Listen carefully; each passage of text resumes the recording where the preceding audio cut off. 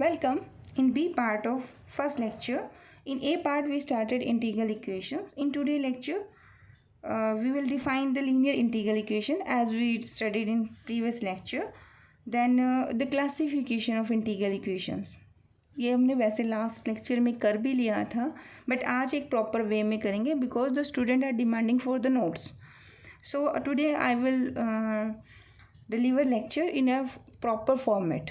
ठीक है, तो you can note these lectures and it will be beneficial for preparing for your exam.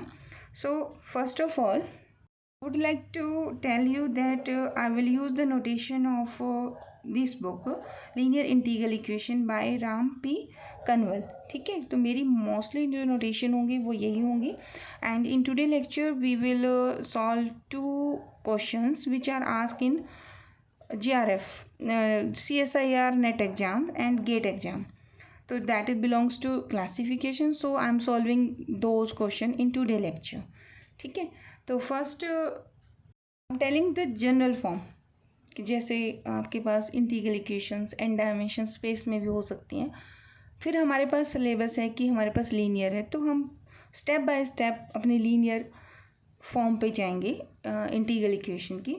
तो we can consider an integral equation in unknown functions that dependent not only on one variable but on several variables.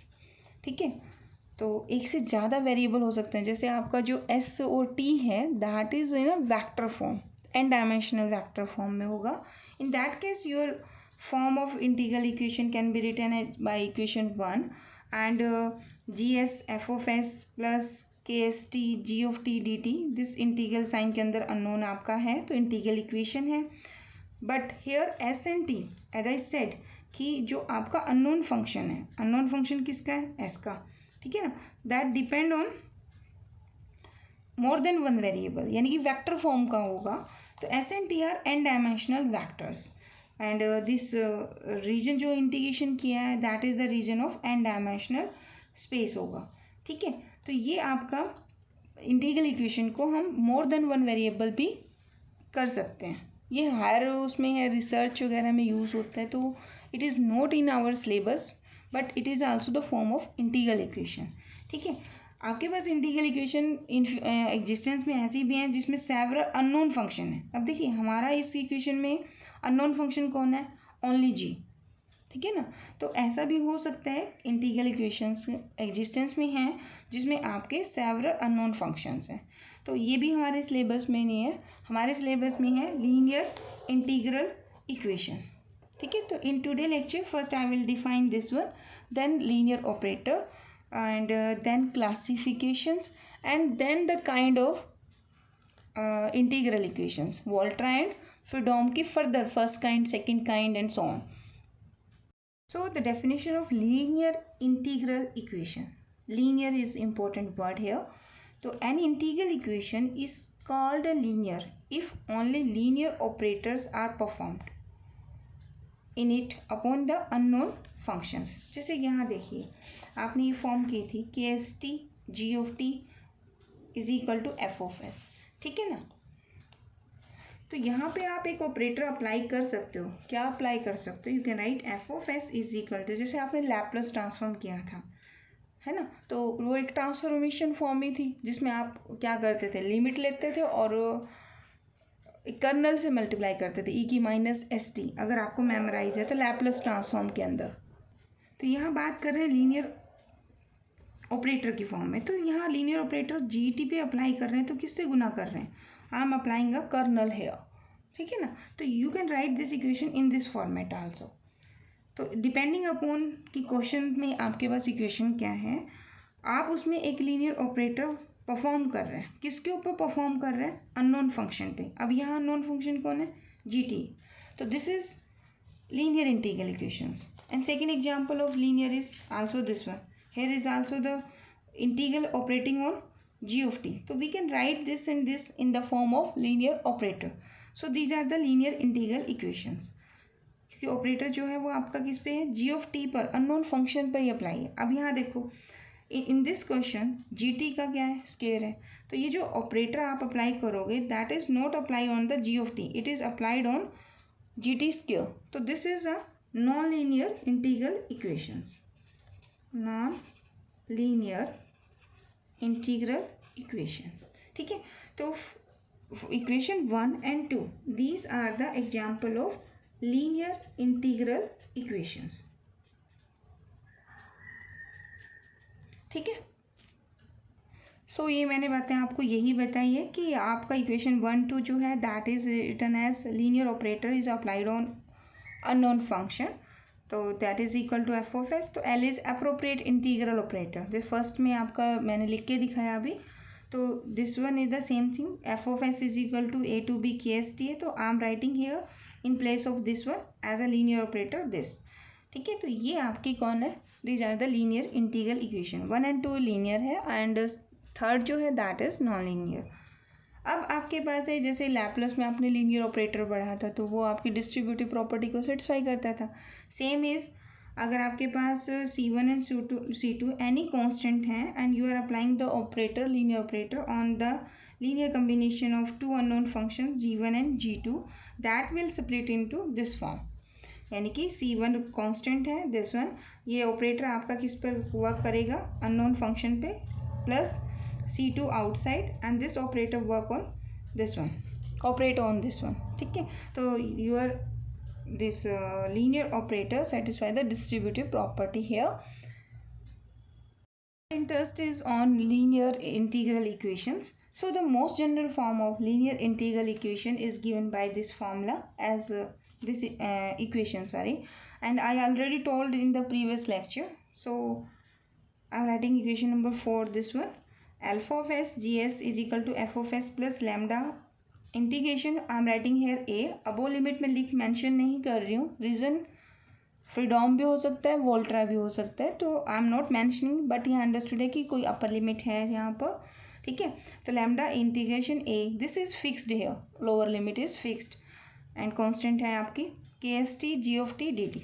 ठीक है, तो this is my general linear integral equation.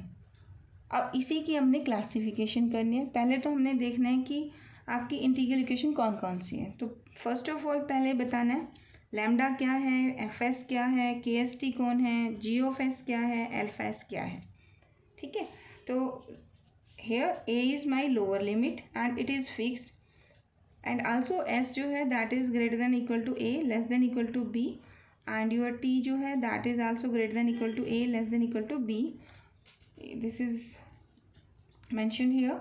The lower limit a is fixed and upper limit may be either fixed or a variable. ठीक है, यहाँ पर हमारी lower limit हमेशा क्या है, फिक्स्ड है. ठीक है, gs जो है that is an unknown function जो हमें कैलकुलेट करना है. थर्ड जो है lambda, lambda is a non zero real और complex parameter. Its value change with the equations. ठीक है, for a given equation value constant रहेगी बट डिफरेंट इक्वेशन के लिए हमेशा चेंज होती रहेगी. ठीक है, तो lambda is a non zero, कभी इसकी वैल्यू जीरो नहीं होगी, क्योंकि अगर जीरो होगी तो इंटीग्रल इक्वेशन एग्जिस्ट ही नहीं करेगी ना, अंडर द इंटीग्रल साइन तो कुछ आएगा नहीं. तो this is a non zero real और complex parameter and the functions K S T as I told this is the kernel. ठीक है, and your F of S and your alpha of S, these are the known function in a given integral equations. ये आपके known होंगे आपके पास. and the last is KST, this is known as the kernel for this integral equations. now I am giving the classification. अब classification depend करता है limit क्या है. ठीक है, लिमिट हो सकती है एक फिक्स कांस्टेंट हो जाए और मे बी कि एक फिक्स हो जाए और अपर लिमिट वेरिएबल हो एंड थर्ड हो सकती है कि कोई भी एक लिमिट जो है दैट इज़ इन्फिनिटी और या कर्नल की value on this limits is infinity. In that case हम सिंगुलर करेंगे. Classification of integral equations as I told in previous lecture, Volterra integral equations, then Fredholm integral equations and singular integral equations. तो Volterra integral equation में क्या है, जो अभी हमने linear integral equation की, जस्ट जो अपर लिमिट है दैट इज़ अ वेरिएबल. जैसे यहाँ जी किसका फंक्शन आएगा, ओवरऑल एस का, तो ए टू एस. अगर मुझे फ्रीडॉम इंटीग्रल इक्वेशन लिखनी है तो मैं क्या लिखूँगी, जनरल इसकी F of S G of S is equal to F of S plus lambda limit A to B, A and B both are fix number, S and T they are constant, ठीक है, G of T D T, यानी upper limit इसमें क्या होगा, upper limit is variable, upper limit is variable and in Freedom upper limit is b is constant, ठीक है। अब हमें टाइप्स करने हैं, इसके काइंड्स करने हैं, फर्स्ट काइंड सेकंड काइंड। तो मेरी नोटेशन सिंपल है, देखिए फर्स्ट काइंड सेकंड काइंड और थर्ड टाइप। थर्ड टाइप में दोनों ही इक्वेशंस में जिसमें आपका एफ एस जीरो होगा ना, दैट इज थर्ड टाइप वाले में जाएंगी। होमोजीनियस बोलते हैं उसको, जिसमें एफ ऑफ एस जीरो हो जाएगा, ठीक है, वो थर्ड टाइप है, क्योंकि इस बहुत बड़ी डेफिनेशन बनती है। But here the shortcut way, देखिए बोथ केसेस में, चाहे आपका फ्रीडम हो चाहे वोल्ट्रा हो, अगर अल्फा एस जीरो है तो it is known as first kind, first kind, ठीक है। यहाँ एफ एस पे कोई कंडीशन नहीं है, F S is given here. तो अगर इस इक्वेशन के अंदर इसका नाम हम कर लेते हैं, स्टार डाल देते हैं, ठीक है। If in the Volterra integral equation this expression F of S is equal to zero, ठीक है, तो ये यहाँ से ख़त्म हो जाएगा। तो ओनली क्या मिलेगा आपको, F of S is equal to lambda minus उधर हो जाएगा, तो उस फॉर्मेट में A to S K S T G T. तो this is known as first kind Volterra integral equation. And second kind अगर बनाना है तो I will write alpha S is equal to one, तो it gives the second kind Volterra integral equations. And the third one is कि अगर मैं कहती हूँ कि F of S is equal to zero, तो एफ एस अगर zero बनेगा and alpha S is equal to one, ये भी कंडीशन है, अल्फा एस क्या होएगा वन, यानी कि इक्वेशन क्या बनेगी आपकी, एफ एस जीरो कर दिया जाए तो it gives G of S is equal to limit A to S and the kernel is के S T and g of t dt. This is known as third kind. Third kind भी कह देते हैं, या फिर homogeneous Volterra integral equation of second kind, ठीक है, ऐसे कह सकते हैं। सिमिलरली यहाँ आप सेम पैटर्न चला सकते हैं। अगेन फर्स्ट काइंड बनाने के लिए आपका अल्फा एस क्या होना चाहिए, दैट इज ज़ीरो, ठीक है, और लिमिट ऑफ इंटीग्रेशन क्या होंगी, कांस्टेंट। अगर मुझे सेकेंड काइंड करना है तो अल्फा एस की वैल्यू क्या हो जाएगी, दैट इज़ वन। देखो मान लो मुझे second kind freedom integral equation लिखनी है, तो मैं क्या लिखूँगी, अल्फा एस को मैं वन कर देती हूँ, तो this gives G of S is equal to F of S plus lambda A to B, limits are constant, and this is के S T and ji of T and D T, ठीक है। अगर मुझे homogeneous Fredholm integral equation of second kind लिखनी है तो मुझे क्या करना होगा, एफ ऑफ एस को जीरो कर दो और अल्फा एस की वैल्यू क्या होएगी वन। तो यहाँ पे बस यहाँ ए टू बी हो जाएगा, एक्सप्रेशन यही रहेगा, and it is known as, क्या कहेंगे इसको, F of S is equal to zero कर रहे हैं ना, तो ये बनेगा आपको होमोजीनियस, होमोजीनियस बड़ा इंपॉर्टेंट टॉपिक बनता है इससे, homogeneous Volterra integral equation of first kind. अब मुझे लिखना है homogeneous Fredholm integral equation of second kind, तो इसके लिए अल्फा एस मैंने क्या ले लिया वन, तो ये एक्सप्रेशन क्या बनेगा आपका, ये देगा आपको G S is equal to, I am saying homogeneous ना, तो एफ एस की जगह जीरो हो जाएगा, एफ एस होगा ही नहीं, तो this is lambda, this is a to B and kernel is के S T and ji of T and d of t, ठीक है। तो जस्ट हाउ टू मेमोराइज, देखो फर्स्ट काइंड के लिए बोथ केसेस में alpha s zero, second kind के लिए alpha S is equal to one. अगर एफ ऑफ एस जीरो है तो वो होमोजीनियस केस बन जाएगा, कॉरस्पॉन्डिंगली सेम। वैसे इसको बोलते हैं, इस एक्सप्रेशन को, ये फर्स्ट काइंड ये सेकेंड काइंड, और इसको बोल रखा है आपकी बुक ने third kind, okay, both cases में। तो अच्छा, before giving the NET exam questions let us take singular integral equation also. तो what is a singular integral equation, find the singular integral equations. देखो आपको क्या बताना है इसमें, लिमिट मैंने एग्जाम्पल लिखे हुए हैं, 3 examples I wrote here. And देखिए यहाँ लिमिट क्या है, -∞ टू इन्फिनिटी। और ये भी हो सकता है कि जब t की वैल्यू में अपर लिमिट पुट करूँ, जैसे ये 1/0 हो जाएगा ना, तो दिस इज अनडिफाइंड। तो सिंगुलर इंटीग्रल इक्वेशन कौन सी है, व्हेन वन और बोथ, या तो कोई एक हो जाए या दोनों ही लिमिट हो जाए। जैसे यहाँ इस एग्जाम्पल में दोनों ही क्या है, अनडिफाइंड है। तो आप डेफिनेशन देंगे इसकी, व्हेन वन और both limit integrations becomes infinite, या तो ये केस हो, या फिर और when the kernel, this is my kernel ना, तो when the kernel becomes infinite at one point or both points within the range of integrations. In that case, that equation is known as singular integral equation. अब इस question में देखिए, यहाँ दोनों point पर आपका कर्नल अनडिफाइंड नहीं है। यहाँ किस पॉइंट पे कर्नल अनडिफाइंड है, अपर लिमिट पे। तो दोनों लिमिट भी आपकी अनडिफाइंड हो सकती है, कर्नल भी दोनों लिमिट पर अनडिफाइंड हो सकता है, या किसी एक पर हो। In that case that equation is known as singular integral equations, and these are the example of these integral equations. Here are the 2 questions which are based on this topic, and it is asked in June 2006.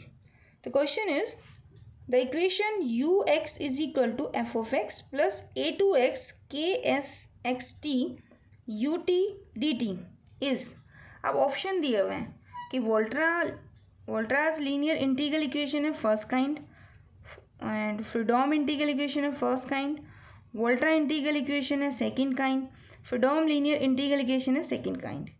अब देखिए यहाँ notation x की है, ठीक है, हमने use किया है नोटेशन ये वाली, तो I am first changing this x to s, ताकि आपको वही फॉर्मेट दिखाई दे जो हम यूज़ कर रहे हैं, ठीक है। तो ये क्या हो गया, us इज इक्वल टू, जहाँ x है ना वहाँ s कर दीजिए, तो s a2s, ठीक है।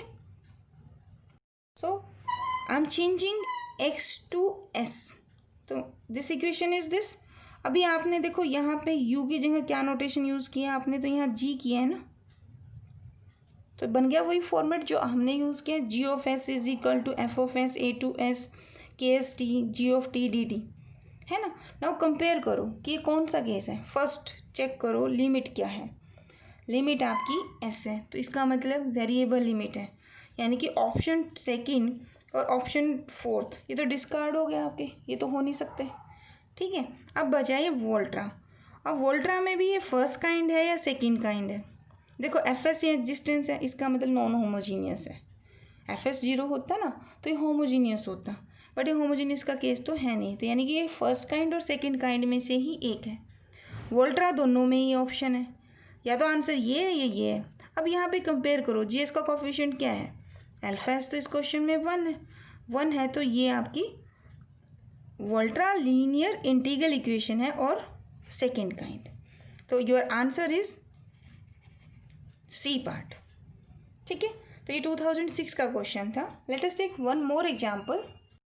The second question is the equation ux is equal to f of x 0 to 1 kxt ut, 2 time है यहाँ dt आना था, this is d of t, ठीक है, इज अगेन ऑप्शन उसी फॉर्मेट में है, and it is ask in JRF NET के एग्जाम में 2009 का क्वेश्चन है ये, ओके।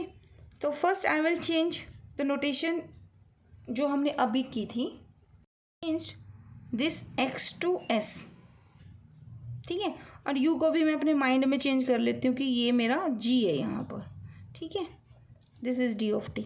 अब लिमिट देखिए क्या है, limit is your constant, so this is Fredholm, तो ऑप्शन 1 एंड ऑप्शन 3 डिस्कार्ड हो गए, और यहाँ अल्फा एस कितना, again the question is same, similar question ही पूछे जाते हैं वैसे को एग्जाम में ना, जो पिछले 2-3 साल से हैं वही पैटर्न सा, तो कई बार क्वेश्चन सिमिलर टाइप बन जाता है। मतलब देखो 2006 में आया वोल्ट्रा का और 9 में आ गया आपका फ्रीडोम का, तो दिस इज फ्रीडोम इंटीग्रल इक्वेशंस, और वो भी कौन सी है, लीनियर है ना, देखो यहाँ ऑपरेटर पड़ा है, you can write this is L of G of T, operator integral operator लगा सकते हैं ना आप यहाँ पर, ठीक है। तो this is Fredholm linear integral equation of second kind. So option is D. तो answer in this case is D. ठीक है. Let us show you two more questions of similar options.